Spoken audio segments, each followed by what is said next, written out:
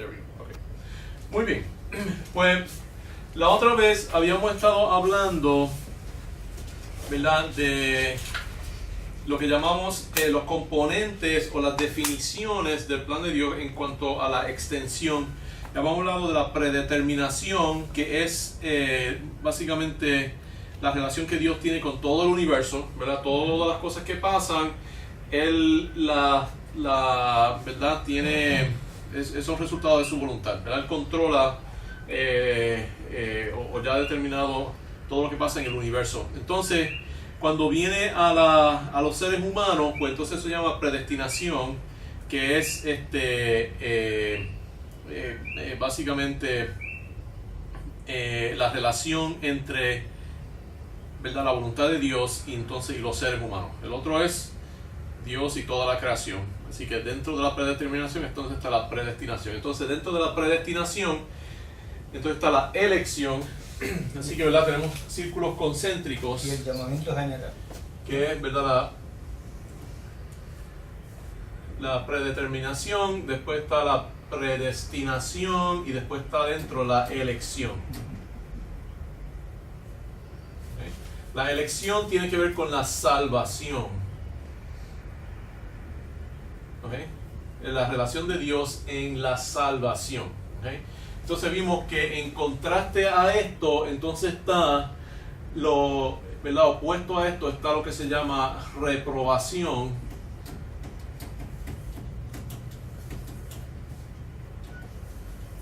Que es la relación entre la voluntad de Dios, ¿verdad?, y el hecho de que algunas personas se pierden, ¿verdad? Así que algunos se pierden. Entonces la pregunta es, ¿cuál es la relación de la voluntad de Dios? Dice casi no escribo, por eso no puedo mover casi lo que está escribiendo. No tiene poner algo en el dron y... Así que esto es reprobación. Reprobación. ¿Okay? Y básicamente tiene que ver con los que se pierden y la relación entre los que se pierden y la voluntad de Dios. Y vamos a ver que la relación entre la voluntad de Dios y los que se pierden no es lo mismo que la relación entre la voluntad de Dios y los que se salvan. ¿Okay? Y para adelantar, básicamente la relación entre la voluntad de Dios y los que se salvan es directa, mientras que esta es indirecta. Esta es directa. ¿Okay? Así que Dios, en verdad, tiene una participación directa en la salvación de las personas, en la elección, mientras que en la reprobación, Él no es que, ¿verdad?, activamente escoge a algunos para que se pierdan, sino que no escoge, ¿verdad?, que se salven, y ellos mismos escogen que se pierdan. Ahora la pregunta es si ellos se escogen directamente, ¿verdad?, deciden desobedecer, o si es también eso indirecto. Entonces, estamos viendo que hay un balance, una tensión o una contraparte entre dos doctrinas, que es la doctrina de la elección especial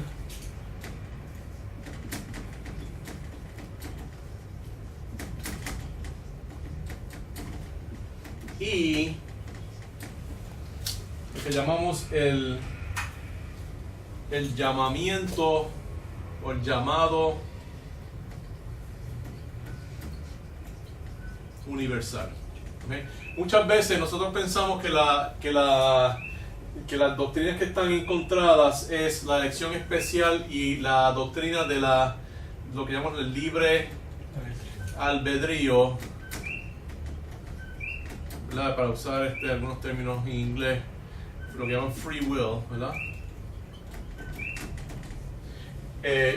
Y nosotros estamos viendo que eso del free will no es simplemente algo que vemos ¿verdad?, discutido en la Biblia, sino que muchos científicos y filósofos también están hablando de esto, y la conclusión a que han llegado los científicos, ¿verdad?, los científicos del neuroscientist, es que esto no existe.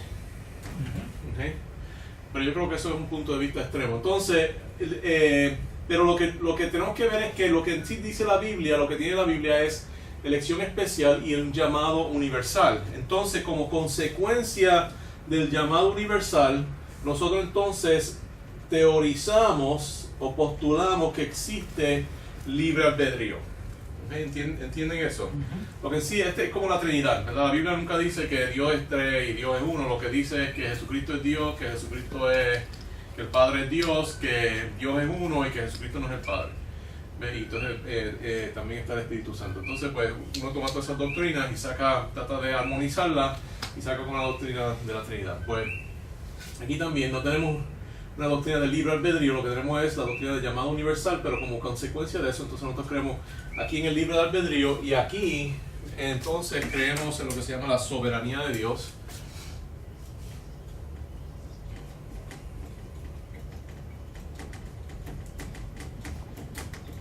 La idea de que Dios está en control de todas las cosas y de la soberanía de Dios, entonces sacamos la idea de la predeterminación, la idea de la predestinación, la idea de la elección, basado en estas doctrinas y otras que están asociadas con esa. Entonces quería ver un poquito más acerca de esta doctrina, porque la otra vez vimos varios pasajes donde, interesante que cuando la Biblia presenta las cosas, presenta de una forma balanceada. Entonces vimos varios pasajes donde la elección especial y el llamado universal se presentan una detrás de otra en unos pasajes, ¿verdad? Y entonces también yo voy a eventualmente poner las notas en internet y pueden mirar los pasajes ahí. Los leímos en los distintos en el video. Entonces, vamos a ver algunos de estos ejemplos de lo que se llama el llamado universal. Así que vamos a ver algunos pasajes y leerlos. Entonces la cosa es que siempre, ¿verdad? Cuando estas cosas están relacionadas, hay una relación entrelazadas, ¿verdad? Estas doctrinas siempre están entrelazadas, muchas veces no se pueden separar. Así que estas doctrinas es bien difícil de separar porque están siempre entrelazadas. ¿Okay? Entonces una cosa que quería decir antes de leer estos pasajes, que para mí es bien interesante, ¿verdad? Porque el hecho de que esto es lo que presenta la Biblia, ¿verdad? Entonces que de ahí derivamos estas otras doctrinas, porque es interesante cuando uno va a las ciencias, ¿verdad? Y Dios creó el universo también, y uno va a la ciencia, y la otra vez estábamos hablando, ¿verdad? Que hay paralelos de la elección especial y el llamado universal. Y está en lo que llamamos las propiedades de los electrones y la luz, ¿verdad? Donde esos componentes subatómicos a veces trabajan como partículas, ¿verdad? Un fotón descarga toda su energía en un electrón y entonces a veces funcionan como ondas, ¿verdad? Ondas electromagnéticas, en el caso de los electrones y los fotones, ¿verdad? Y estas ondas se propagan y se esparcen, ¿verdad? Así que cuando un electrón, es interesante, ¿okay? Porque viene la radiación de la luz, ¿ok? Entonces hay un átomo, entonces están los electrones, ¿verdad? Dando vueltas. Y eso toca aquí, este electrón ahora sube y empieza a dar una vuelta mucho más alta, ¿verdad? Absorbe toda esa energía y cae y empieza, ¿verdad? Está más excitado. Entonces de momento eso va a caer otra vez a la órbita anterior y emite un rayo de luz, pero ese rayo de luz básicamente actúa como si fuera una onda que se va esparciendo y se riega, ¿verdad? Pero cuando llega otra vez a otro átomo, ¿verdad? Ese electrón absorbe toda esa energía, ¿ves? En una forma bien particular. Así que tenemos alterna entre el llamado universal, ¿verdad? Y la elección especial aún en esto de la ciencia. Así que vemos interesante como todo, hay una consistencia, ¿verdad? En todo lo que Dios hace y eso yo creo que refleja algo bien fundamental dentro de la naturaleza de Dios. Pero vamos entonces a leer algunos de estos pasajes. Deuteronomios 30, 19 al 20 dice, y miren lo que está diciendo, ¿verdad? Cómo vemos ¿verdad? Porque esto enfatiza el llamado universal, pero siempre también está, ¿cómo se llama? no remanentes, sino indicaciones todavía, ¿verdad?, de la elección especial. Dice: a los cielos y a la tierra llamo por testigo hoy contra vosotros os he puesto delante la vida y la muerte, la bendición y la maldición. Escoge pues la vida para que vivas tú y tu descendencia, amando a Jehová tu Dios, atendiendo a su voz y siguiéndole a él, porque él es vida para ti y prolongación de tus días, a fin de que habites sobre la tierra que juró Jehová a tus padres, Abraham, Isaac, Jacob, que les iba a dar. Así que aquí, ¿verdad?, este es un pasaje donde vemos, igual que muchos pasajes, donde les está diciendo a las personas: escoge, ¿verdad?, haz una decisión. Se le está haciendo un llamado, ¿verdad?, a todas esas personas a que hagan una decisión. Entonces vemos en la historia qué decisión tomó en general Israel. Muchas veces escogió mal, ¿verdad? Así que siempre está ese aspecto. Se le da para escoger, pero vemos que naturalmente cuando se le da a escoger, muchas veces escogen, ¿verdad? Que tenemos esa dificultad de explicar por qué siempre hay gente que escoge mal. Claro, Adán y y otros que escogen bien. Adán y Eva no pudieron escoger del árbol de la vida y entonces escogieron del árbol del bien y el mal. Eran dos opciones en una. Exacto. Exacto. Y ellos tenían básicamente una naturaleza perfecta. Y es así que es una, ¿verdad?, un misterio, porque por lo menos nosotros podemos decir, bueno, tenemos el resultado de que eso lo vamos a ver más tarde, ¿verdad?, donde el origen del pecado, que podemos ver que nosotros tenemos una naturaleza corrupta que heredamos, y entonces por eso nosotros pecamos, pero Adán y Eva estaban creados, eran buenos, ¿ves? Vamos a Josué 24, 14 al 15. Dice: ahora pues temed a Jehová y servirle con integridad y en verdad, y quitad de entre vosotros los dioses a los cuales sirvieron vuestros padres al otro lado del río y en Egipto, y servid a Jehová. Y si mal os parece servir a Jehová, escogeos hoy a quien servís, y a los dioses a quienes sirvieron vuestros padres cuando estuvieron al otro lado del río, a los dioses de los amorreos en cuya tierra habitáis, pero yo y mi casa serviremos a Jehová. Sí, aquí hay otro versículo, ¿verdad?, donde dice: escojan, ¿verdad?, hagan una decisión, ¿verdad?, y se le está presentando otra vez esta habilidad de escoger, y al presentar esa habilidad de escoger, implica que pueden escoger, ¿verdad? Así que eso está en el llamado universal. Así que al presentar, vamos a hacer esto más grande, cuando se le presenta, ¿verdad?, una opción a escoger, eso implica que pueden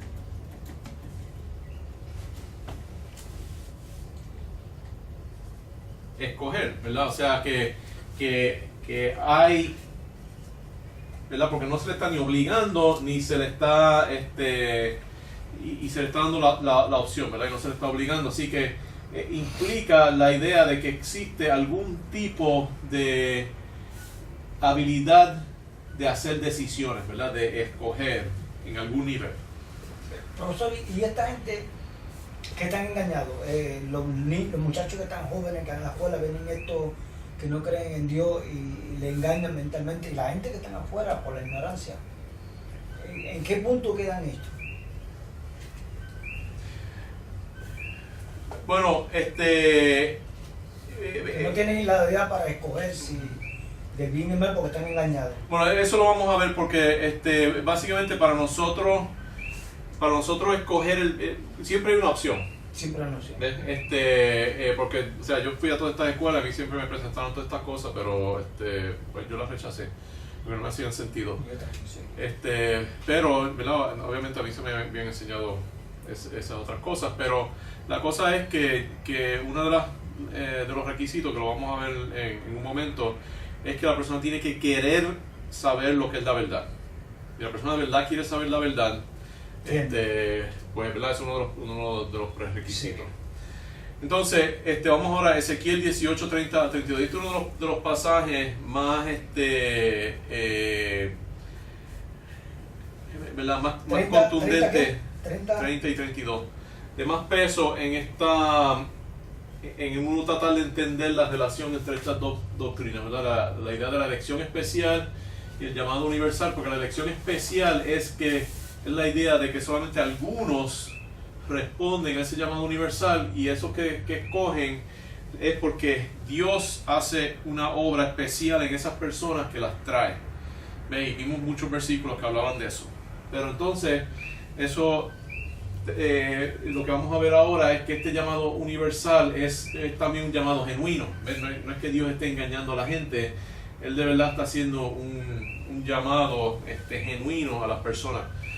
Ezequiel 18, 30 al 32 dice: por tanto, yo os juzgaré a cada uno según sus caminos, oh casa de Israel, dice Jehová el Señor. Convertíos y apartaos de todas vuestras transgresiones, ¿verdad? Ahí está otra vez ese llamado, ¿verdad? Conviértete, apártate, dice, y no os será la iniquidad causa de ruina. Echad de vosotros todas vuestras transgresiones con que habéis pecado, y haceos un corazón nuevo y un espíritu nuevo. ¿Por qué moriréis, casa de Israel? Porque no quiero la muerte del que muere, dice Jehová el Señor. Convertíos pues y viviréis. Así que, ¿verdad? Aquí lo que está diciendo es que habíamos visto que Dios no se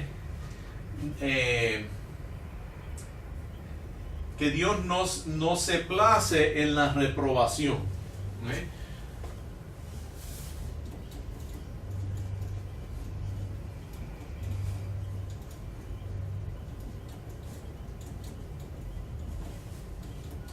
¿Okay? Así que eso quiere decir que la manera en que Dios está relacionado a la reprobación es distinta a la manera que está relacionada, ¿verdad?, a la elección especial. Y eso quiere decir que aquí tiene que entrar algo, ¿verdad?, distinto que implica, ¿verdad?, que tiene que haber un agente moral que está haciendo decisiones, ¿verdad?, que entonces rechaza ese llamado universal. Porque lo que estamos viendo es que los que aceptan es porque tuvieron una elección especial, pero el rechazo es porque tienen una voluntad que, ¿verdad?, que rechaza, pero es suficientemente libre esa decisión que los hace a ellos, ¿verdad?, responsables o culpables de esa decisión. Entonces Juan 7, 16 al 17 dice: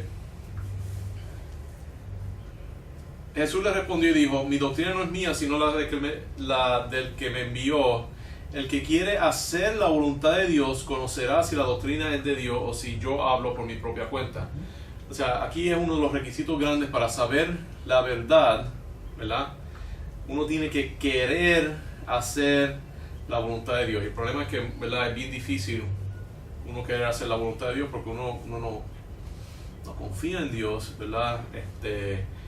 Tenemos como una aversión muchas veces de confiar en Dios porque obviamente no vemos a Dios, y muchas veces lo que estamos viendo es el costo de esa decisión, que vamos a ver más adelante, que es un componente fundamental de lo que son las decisiones morales.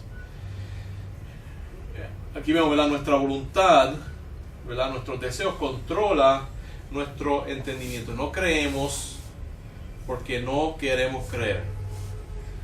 Pero otra vez dice: ¿por qué es que algunos no quieren creer? ¿Verdad? Entonces, otra vez impacta cuán libres de verdad estamos, ¿verdad?, para creer. Pero tenemos que estar lo suficientemente libres para que cuando no creemos, eso no es porque tuvimos que no creer, sino que decidimos, hicimos una decisión de no creer. Isaías 48, 18 al 22. Este es un pasaje interesante en la manera que se está presentando la información aquí. Isaías, ¿qué, perdón? 48, 18 al 22. Dice, Dios está hablando de Israel, dice: oh, si hubieras atendido mis mandamientos, fuera entonces tu paz como un río y tu justicia como las ondas del mar. Fuera como la arena tu descendencia y los renuevos de tu entrañas como los granos de arena. Nunca su nombre sería cortado ni traído de mi presencia. Sí, lo que está diciendo es la razón que ustedes están ahora en Babilonia, ¿verdad?, es porque ustedes desobedecieron, ¿verdad? Si ustedes no hubieran desobedecido, las cosas hubieran sido bien distintas. O sea que Él los está culpando, ¿verdad?, de haber hecho una decisión aquí, ¿verdad?, en contra el llamado de Dios a hacer lo correcto. Pero entonces interesante que él le presenta esa mala decisión, ese castigo que ellos recibieron, para entonces ahora hacer otro llamado, que encontramos en el 20, dice: salid de Babilonia, huid de entre los caldeos, dad nuevas de esto con voz de alegría, publicar, llevarlo hasta los postreros de la tierra, decir: redimió Jehová a Jacob su siervo, no tuvieron sed cuando los llevó por los desiertos, les hizo brotar agua de la piedra, abrió la peña y corrieron las aguas, no hay paz para los malos, dice Jehová. Así que él dice: salid de Babilonia, huid de los caldeos, ¿verdad? Sal de también de donde ellos estaban, en Persia, pero muchos se quedaron en toda esa parte.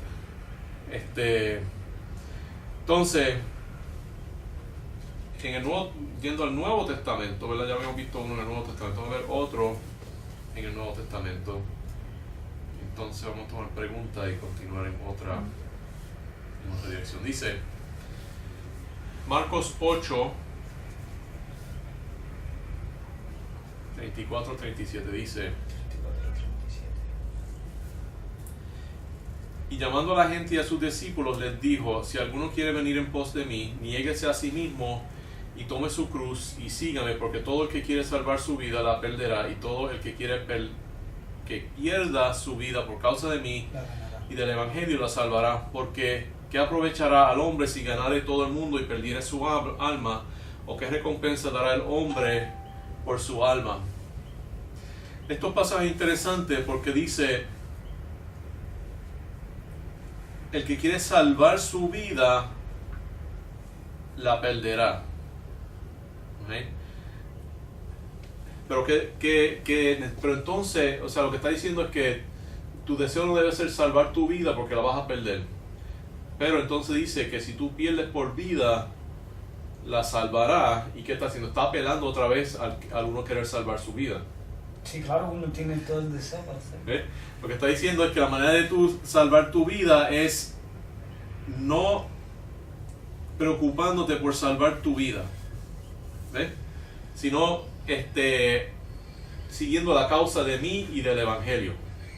Claro. ¿Entiendes lo que está pasando? O sea, lo que está diciendo es que la manera de conseguir alguna de estas cosas es no haciéndolo directamente, ¿ve? Sino el querer salvar, si tú quieres salvar tu vida, la manera que tú salvas tu vida es no preocupándote por salvar tu vida, sino haciendo lo que tienes que estar haciendo. Que hay mucha gente que hace sacrificios, ritos, sacrificios, y hay mucha gente que ayuda a otra gente, hacen obra para adquirir la salvación cuando no es posible, ¿no?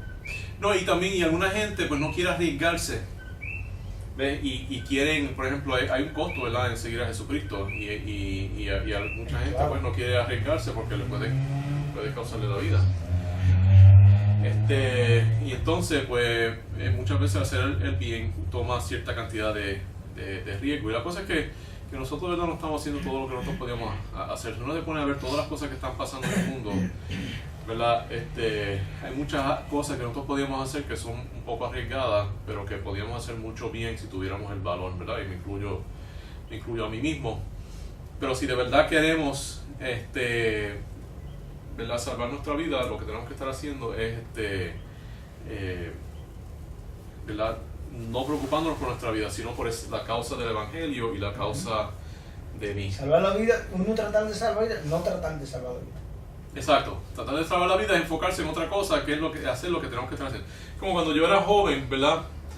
Y mis amigos, entre los varones, pues obviamente cuando uno es joven, ¿verdad?, y soltero, una de las cosas que uno está buscando es ¿verdad?, con quién uno casarse, encontrar una pareja. Y entonces, una cosa que, ¿verdad?, una conclusión a la cual uno tiene que llevar es que la manera de encontrar, ¿verdad?, un varón, de encontrar una muchacha, no es buscando una muchacha, es poniéndose a hacer todo lo que uno tiene que estar haciendo. Entonces alguien, ¿verdad?, la muchacha ve todo eso y viene y eso como que las atrae, pero los muchachos que se ponían a buscar las muchachas, como que eso no era muy, como que no era muy exitoso, ¿verdad? Porque sí. Como que eso no es lo que funciona. Entonces también el presidente de la universidad donde yo estaba decía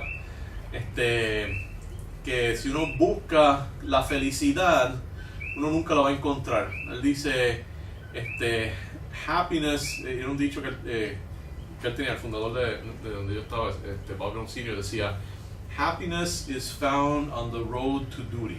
¿Ve? La felicidad se encuentra en el camino al deber, en el camino del deber. Pero así que él está hablando de esto, pero otra vez, él está diciéndole, ¿verdad? Está haciendo una invitación, dice, si alguno quiere venir en pos de mí, ¿verdad? Está la invitación de venir en pos de él, pero entonces está diciendo, ¿verdad? Los costos, pero aquí la pregunta es, ¿por qué, otra vez, por qué algunos quieren venir, ¿verdad? Y otros no quieren venir?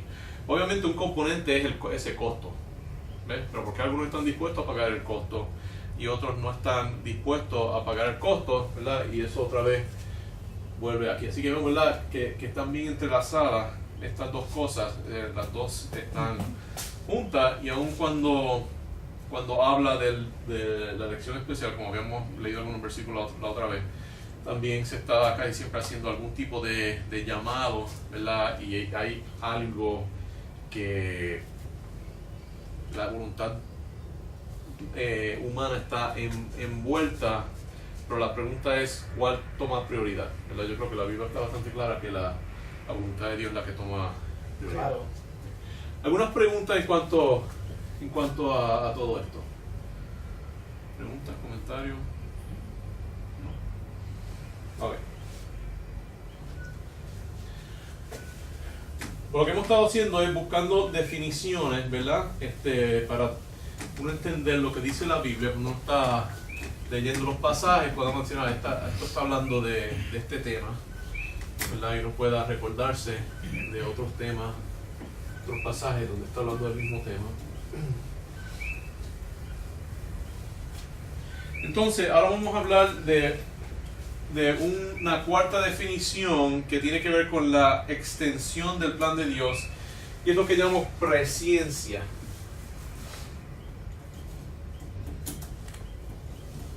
En inglés se llama foreknowledge.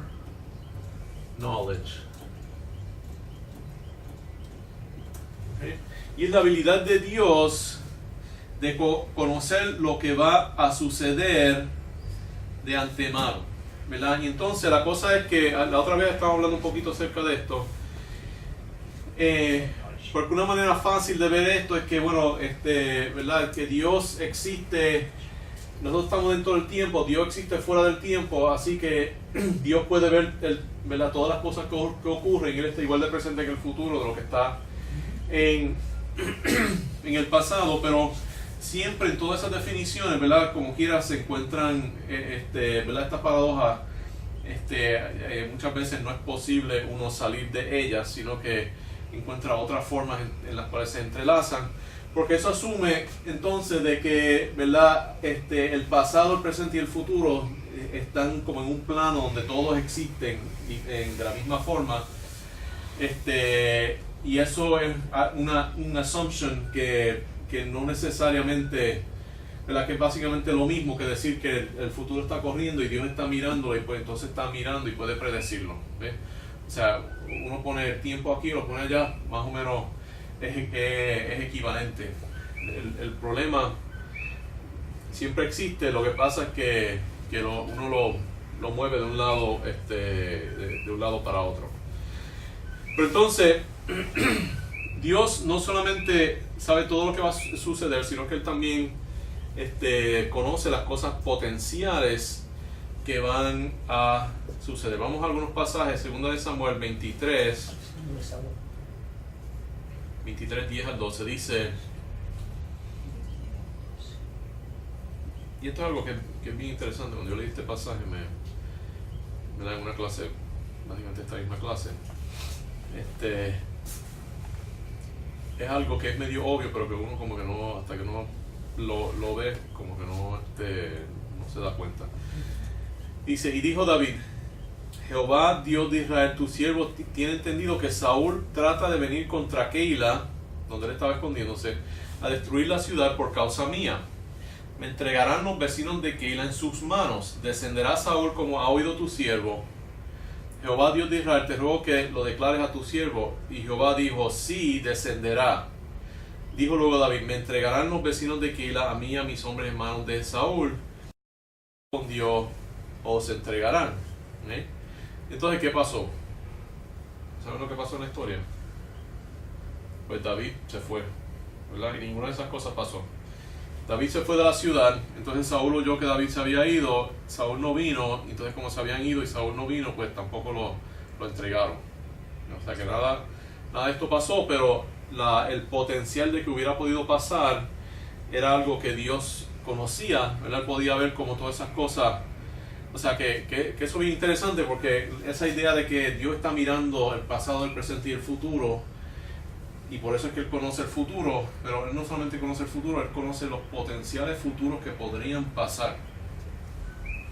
¿Ves? O sea que hay algo más de simplemente de que Dios está como que mirando una línea de tiempo que está pasando y que está brincando al final de la película, que ya existe. ¿Ves? Él conoce aún esos futuros potenciales que envuelven, ¿verdad?, la decisión de distintas personas. Entonces, en Mateo 26, 33 al 35, la cosa es que a veces nosotros estamos tan familiarizados con estos pasajes que como que no entendemos el importe de esto, o sea, todo lo que está envuelto, bueno, que nos pongamos, ¿verdad?, a pensarlo. Dice, respondiendo Pedro le dijo, aunque todos se escandalicen de ti, yo nunca me escandalizaré. Jesús le dijo, de cierto te digo que esta noche antes que el gallo cante, me negaréis 3 veces. Pedro le dijo, aunque me sea necesario morir contigo, no te negaré. Y todos los discípulos dijeron lo mismo. Y entonces Lucas 22, 31 al 34, vamos a leer juntos, entonces vamos a discutir un poquito. Dice, dijo también el Señor, Simón, Simón, he aquí Satanás os ha pedido para zarandearos como a trigo, pero yo he rogado por ti que tu fe no falte, y tú una vez vuelto confirma a tus hermanos. Él le dijo, Señor, dispuesto estoy a ir contigo no solo a la cárcel, sino también a la muerte. Él dijo, Pedro, te digo que el gallo no cantará hoy antes de que tú me niegues 3 veces que me conoces. ¿Verdad? Esto es un interplay de cosas que ¿verdad?, tiene mucho significado, y también pues, es bien interesante porque uno ve cómo se desenlazan estas cosas, y eso uno lo ve también en la vida de uno. Simón, ¿verdad?, estaba diciendo que él quería serle fiel a Jesucristo, ¿verdad? Su deseo, su voluntad, ¿verdad?, era hacer el bien, pero Jesucristo, ¿verdad?, le dijo que él iba a negar a Jesucristo, ¿verdad? Y él dijo, yo no voy a negar a Jesucristo. Y los otros discípulos dijeron lo mismo. Pero lo que resultó es que ninguno de los discípulos negaron a Jesucristo, porque todos huyeron, ¿verdad? Excepto Pedro, que siguió a Jesucristo y trató de hacer, ¿verdad?, de seguirlo y hacer lo que él había dicho que iba a hacer. Pero como resultado se puso en una situación donde entonces él negó a Jesucristo, ¿verdad? Entonces la situación que nos presenta ahí es que como Jesucristo ya había dicho, ¿verdad?, en su presencia, que Simón iba a negar a Jesucristo, que Pedro iba a negar a Jesucristo. Hay una paradoja ahí en cuanto a cuán libre entonces estaba Pedro de negar o no negar a Jesucristo. Y si Pedro no estaba libre en negar a Jesucristo, entonces cuán culpable es él de negar a Jesucristo. Claro, y si tiene toda la culpa como... Exacto.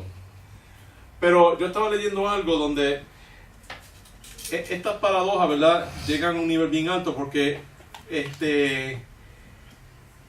alguien estaba diciendo, bueno, Dios nunca puede pecar, ¿verdad?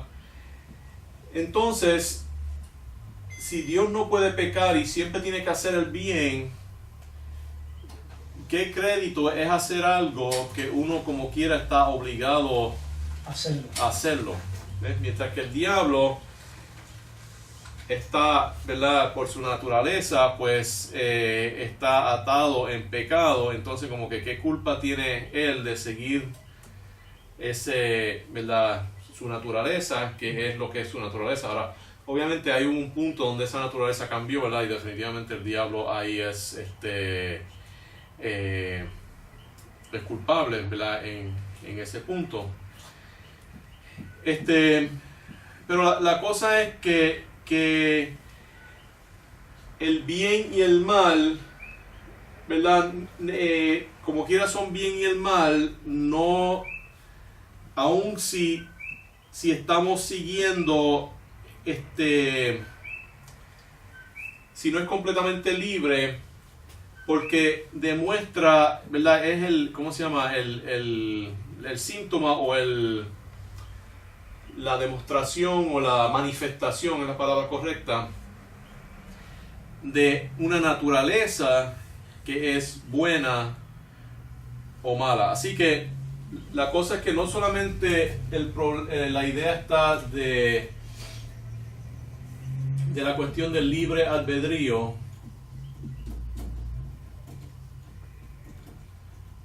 aun si nosotros no somos completamente libres, las acciones salen de algo, ¿ves? O sea, nuestras acciones son el producto de algo. ¿Y de qué son producto nuestras acciones? ¿De qué salen nuestras acciones? Porque la cosa es que la idea es que nuestras acciones no son el producto de Dios, ¿verdad? Esta idea del libre albedrío es decir, bueno, nuestras acciones Dios no es el responsable por nuestras acciones, porque eso es lo que estamos tratando de hacer, de que Dios no sea responsable de nuestras acciones. ¿Será por el pecado? Nuestras acciones es por por naturaleza pecaminosa que tenemos. Exacto, pues entonces esas acciones son producto de nuestra naturaleza o lo que la Biblia dice que es el corazón, ¿verdad? Y entonces ese corazón es independiente y es una fuente de voluntad o de acciones que es independiente en sí de Dios, ¿verdad? Así que quizás no es la voluntad, ¿verdad?, que es libre, sino que es nuestro corazón que es independiente, ¿verdad? Es una unidad independiente y entonces de ahí salen nuestras acciones, ¿verdad? Que más bien salen de aquí, ¿ves? Y entonces Dios, como sus acciones son buenas, salen de una naturaleza buena, pues como quiera demuestra que Dios es bueno porque, ¿verdad?, Él tiene una naturaleza buena. ¿Entiendes lo que estoy diciendo? Porque nosotros muchas veces atribuimos el ser bueno o malo en que escogemos lo que es bueno o lo que es malo, ¿verdad? Pero la cosa es que ese escoger tiene una base, ¿ves? Tiene un fundamento. Y cuando nosotros hacemos algo, porque yo, ¿verdad?, me he dado cuenta en la vida. Porque uno escoge a discreción de uno, ¿no? Lo que es bueno y lo que es malo. Que no necesariamente lo que uno escogió como bueno era lo bueno, ni lo que es malo era malo. Bueno, uno escoge lo bueno, uno escoge lo malo, pero lo que está pasando es que esas decisiones no es, porque yo me recuerdo que a veces yo decía, bueno, ¿por qué Dios me dejó estar en una situación donde yo pecara, ¿verdad? Si la idea es no pecar, ¿por qué Dios me dejó estar en una situación donde, ¿verdad?, hice algo incorrecto? Pero entonces me di cuenta que el problema no es tanto la acción que resulta, ¿ves? Esa acción es una manifestación de un problema interno. Y si yo no estuviera en esa situación, nunca me hubiera dado cuenta que existía ese problema interno. Por ejemplo, una de las maneras de uno determinar, ¿verdad?, las características de los metales es sujetarlos a condiciones extremas. Fuego extremo. Exacto, o sea, si uno quiere saber ¿verdad?, cuán duro es un metal, pues uno lo raya hasta que ya no endurece más, ¿ves? Si uno quiere ver a la temperatura que hierve un metal, pues uno lo somete, ¿verdad?, a distintas temperaturas, a distintos calores, y hace esas pruebas y eso determina lo que es ese metal. Entonces, si uno quiere ver de qué uno está compuesto, de qué está dentro de su corazón, Entonces uno se somete, ¿verdad? O Dios somete a uno a distintas condiciones a ver qué pasa. ¿Ves? Entonces eso demuestra, esas acciones no es el problema, esas acciones son un resultado natural de las condiciones que están dentro de mí. ¿Ves? Si yo tengo oro o tengo plata y lo sujeto a cierto fuego, a cierta temperatura, pues se derriten. ¿Ves? Dependiendo de cuál de los dos uno tiene, ¿verdad? O si tiene cobre o acero. Pues eso lo que demuestra es que unos son oro, otros son acero, otros son distintas cosas. Pues nosotros pecamos, ¿verdad? Estas acciones, lo que eso demuestra es lo que está en ese corazón, ¿verdad? Que produce esa... Que nosotros tenemos, si somos cobre, bronce, ¿qué es lo que hay dentro de nosotros? Exacto, demuestra lo que hay dentro de nosotros. Entonces, así que la esencia, lo que nosotros necesitamos es que eso, alguna forma de cambiar eso, porque nuestras acciones son un resultado de lo que está en esa naturaleza. Si fuera, y yo lo que quisiera llegar al punto es que si hay una persona, si mi corazón, mi familia dañó mi corazón, y mi corazón piensa de otra manera, en perversidad, matar, robar, tener eso, entonces ¿cómo sería que esta persona podía...? Esa es la cosa, porque nuestro corazón, ¿de dónde proviene nuestro corazón? Ese corazón tiene dos componentes. Uno es que, ¿verdad? Porque todo eso entonces viene de Adán. De Adán. ¿Ves? Pero entonces nosotros heredamos básicamente un corazón muerto de Adán. Sí. Y entonces nosotros lo heredamos de dos formas. ¿En qué dos formas Adán nos influencia? Como nosotros o nuestros padres, ¿en qué dos formas nos influencian nuestros padres? Podría ser que lo influencia en la manera de ellos portarse, en la manera de nuestra enseñanza para nosotros. La manera que mi papá se comportó y todo hizo, yo aprendí de él. Ok, así que una es, ¿verdad? Es por el ambiente. Por el ambiente. El ambiente que de nuestros padres nos influencia, pero la otra es la genética, ¿verdad? Oh, sí. Entonces, si fuera la genética ahí, entonces ahí hay un problemita más hondo, porque entonces... La genética nos dice cuáles son nuestros puntos fuertes y cuáles son nuestros puntos débiles. ¿Verdad? Hay gente que son como más, se alteran más rápido, ¿verdad? Más violentos. Hay otra gente que son más sensuales. Hay otra gente que son más avaras. Y uno como que ve eso también, que como que viene a través de un poquito de la genética. No es tanto cuán malos o cuán buenos son, sino en qué tipo de área es que van a fallar. ¿Ves? Así que tenemos esas dos cosas, son las que determinan nuestro ambiente, nuestra genética y determinan nuestra naturaleza, nuestra genética y nuestro ambiente. Y la otra cosa, ¿verdad? No tanto la genética, pero la otra cosa que heredamos de Adán es que heredamos que estamos espiritualmente muertos. Así que heredamos que estamos espiritualmente muertos. Eso se demuestra en distintas maneras. Y entonces, ¿verdad? Las enseñanzas que ellos tienen, el ambiente que ellos nos van dando. Pero entonces, ahí donde el Espíritu Santo viene, entonces, ¿qué dos cosas nos da Dios para la salvación? Nos da, ¿verdad? Nos da el ejemplo de la Biblia, pero entonces nos da también el poder del Espíritu Santo. El Espíritu Santo. Pero, bueno, nos da la palabra y el Espíritu Santo. Okay. Vamos a... Let's turn off for just a second.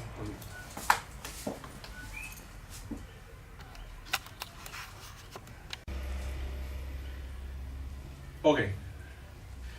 Muy bien. Así que lo que estamos hablando, ¿verdad? De la presencia de Dios. Y entonces algunas personas, ¿verdad? Lo que dicen es que Dios no es que Él elija, ¿verdad? Porque entonces dicen, bueno, ¿cómo Dios elige, ¿verdad? Hace esa elección especial, pero que Dios, ¿cuál es la base? ¿Ok? ¿Cuál es la base de la elección? ¿ok? ¿Por qué Dios elige a algunas personas y no elige a otras personas? ¿Ve? Entonces lo que dicen algunas personas es, bueno, Dios lo que hace es que Él sabe quién va a ser salvo y quién no va a ser salvo, entonces los elige. ¿Ve? Pero el problema con eso es que, primero, ¿cómo es que Dios sabe que van a ser salvos? Eso en sí no contesta eso es otra manera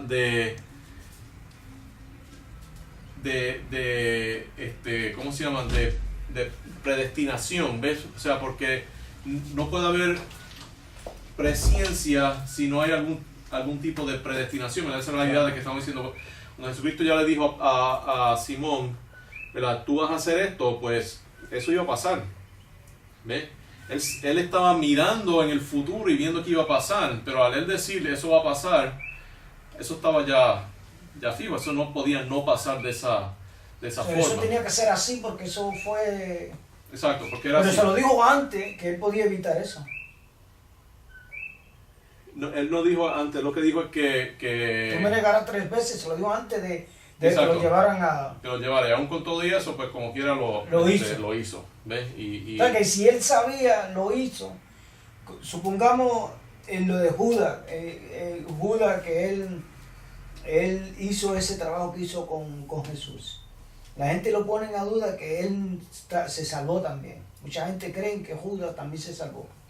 Pero eso está bien dudoso, porque él, si se hubiera salvado no hubiera... Sí, porque él dice, pues le pasó como le está pasando a Simón, que a él fue que le dieron ese trabajo, a él le tocó ese papel en la vida, hacer ese papel en la vida, pero después le dieron en Apocalipsis, las 12 tronos, le dieron un trono de...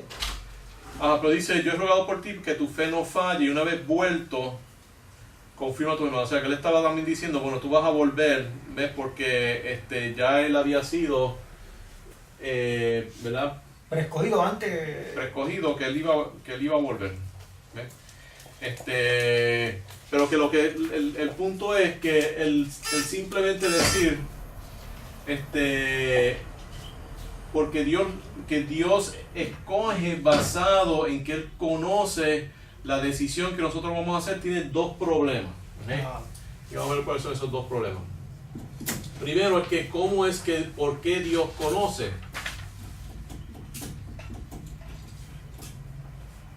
La omnisciencia y él... ¿Okay? ¿Por qué Dios conoce? O sea, al Dios conocer, eso es una forma de predestinación, porque el mero hecho de que Dios conoce que algo va a pasar ya predetermina que va a pasar, ¿verdad? Así que eso determina el futuro. Y la otra cosa es que si iban a escoger,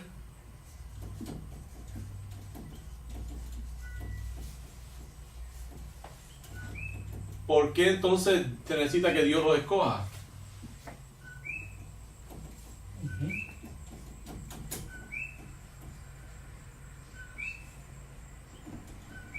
¿Okay? Así que hay 2 problemas con esa idea, ¿verdad? Que Dios elige basado en que Él sabe quién va a responder al llamado.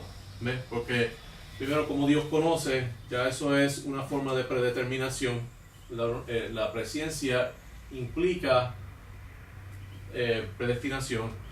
Y si ya iban a escoger, entonces ¿para qué necesitan ser elegidos? Claro, si ya lo iban a hacer, ¿por qué razón? Exacto. Ahora, cuando Pablo dice que desde un principio, Pablo dice desde el vientre de mi madre, desde un principio yo fui predestinado para... que sin embargo, Pablo estaba sirviendo a otro grupo. Y llegó en ese momento que tenía que ser así, especialmente, y Jesús lo tocó para que él sirviera. Exacto, pues, pero esa es la condición de todos los humanos, ¿verdad? Todos estamos sirviendo a otro grupo, aún si estamos dentro de la iglesia desde chiquitos, porque hasta que no somos salvos estamos en el campo infiltrado, en el campo del enemigo. Claro, verdad. Aún si estamos en la iglesia. Claro.